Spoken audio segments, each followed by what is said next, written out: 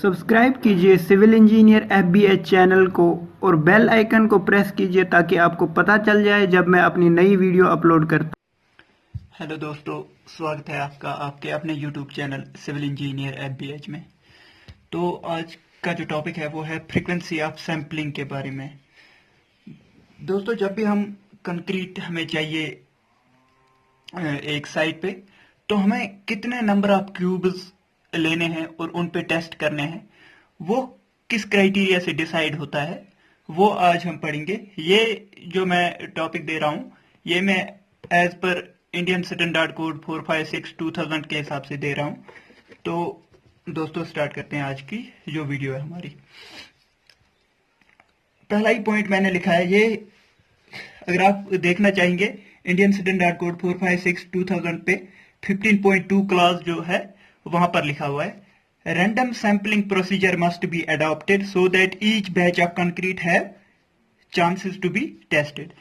इसका मतलब क्या है कि हम डिफरेंट बैचेस में जो कंक्रीट लेके आते हैं, हमें रैंडमली किसी एक को पिक करना है और उसमें से जो है टेस्ट सैंपल उठाना है और उस पे टेस्ट करना है, ताकि जो है हम प्रॉपरली उनको टेस्ट कर सकें। तो मतलब कि रैंडम सैंपलिंग हमें जो है उठानी होती है। तो दूसरा होता है फ्रीक्वेंसी ऑफ सैंपलिंग। ये जो है ये मोस्ट इंपॉर्टेंट टॉपिक है। फ्रीक्वेंसी ऑफ सैंपलिंग क्या होती है? अगर यहां पर मैंने एक टेबल बनाया हुआ है, ये टेबल इंडियन स्टैंडर्ड कोड पे भी दिया हुआ है। यहां पर मैंने दिखाया quantity of concrete in meter cube में क्वांटिटी ऑफ कंक्रीट है, और यहां से नंबर ऑफ सैंपल्स दिखाए हुए हैं। मतलब कि अगर हमें इतना मीटर क्यूब चाहिए तो उसके लिए कितने सैंपल हमें उठाने हैं। अगर हमें 1 से 5 मीटर क्यूब की कास्टिंग करनी है तो हमें एक सैंपल चाहिए। 1 to 5 मीटर क्यूब के लिए एक सैंपल चाहिए। एक सैंपल जो होता है, एक सैंपल का मतलब ये नहीं कि एक क्यूब हमें चाहिए। हमें कम से कम 3 क्यूब चाहिए, जिन पे हम 3 क्यूब पे 28 डेज के बाद चेक कर सकते हैं। कम से कम तो हमें 3 क्यूब चाहिए। ये मैं अभी बता दूंगा कि कैसे एक सैंपल में 3 क्यूब क्यों होते हैं। ऐसे ही अगर 6 से 15 मीटर क्यूब का हमें कास्टिंग करना है तो हमें 2 सैंपल्स चाहिए। ये सैंपल्स हो रहे हैं, ये सैंपल्स।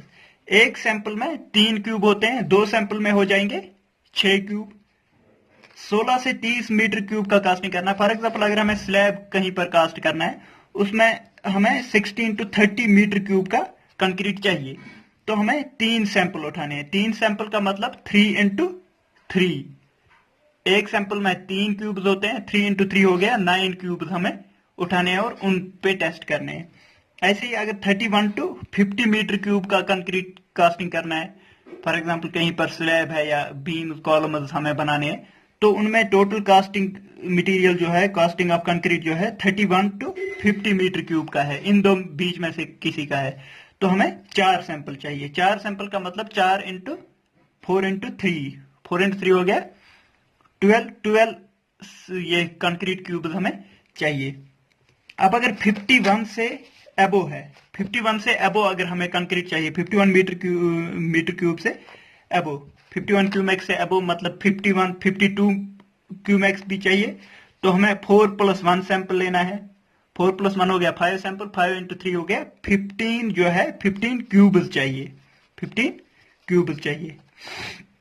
ऐसे ही इसके बाद जो आगे दिया है 51 to 100 भी अगर लेना है तो 5 सैंपल भी लेने हैं। यहां पर लिखा है for each 50 meter cube 1 sample is added. मतलब क्या, अगर हमें 50 to 100 भी लेना है तो भी हमें 5 सैंपल लेने हैं।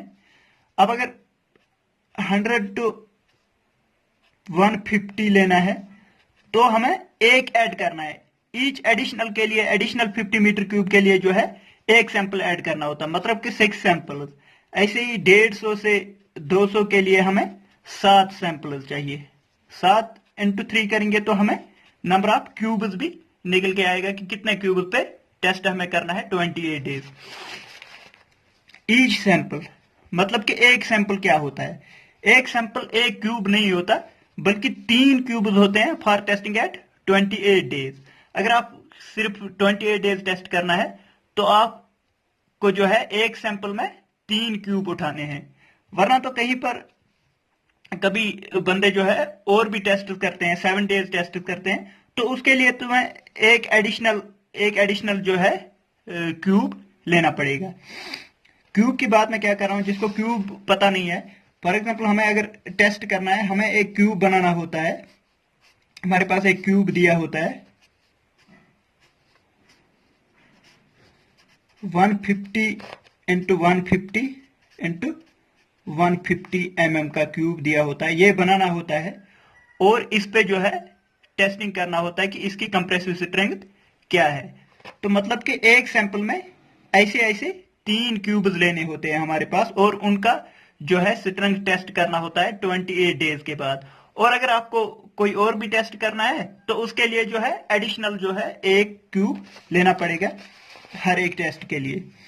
तो जो टेस्ट रिजल्ट होता है, टेस्ट रिजल्ट फॉर एग्जांपल हमने 150 इंटू 150 इंटू 150 mm का जो क्यूब बनाया, तो इस पे टेस्ट किया, यूटीएम से टेस्ट करते हैं, यूनिवर्सल टेस्टिंग मशीन से, फिर हम इसकी कंप्रेसिव स्ट्रेंथ देखते हैं। तो जो टेस्ट का रिजल्ट आता है, टेस्ट का रिजल्ट जो होता है वो होता है एवरेज। हमने 3 क्यूब लिए, उनका उन टेस्ट का जो एवरेज होता है वो उसे ही हम टेस्ट रिजल्ट कंसिडर करते हैं। फॉर एग्जांपल हमें एक का आया 21 न्यूटन पर mm स्क्वायर, दूसरे का आया 22 न्यूटन पर mm स्क्वायर और तीसरे का आया 20 न्यूटन पर mm स्क्वायर। तो इसी को एवरेज इनका क्या हो गया, this plus this plus this divide by 3, ये जो आएगा इनका जो एवरेज आएगा उसी को हम टेस्ट रिजल्ट कहेंगे, वही टेस्ट रिजल्ट होगा।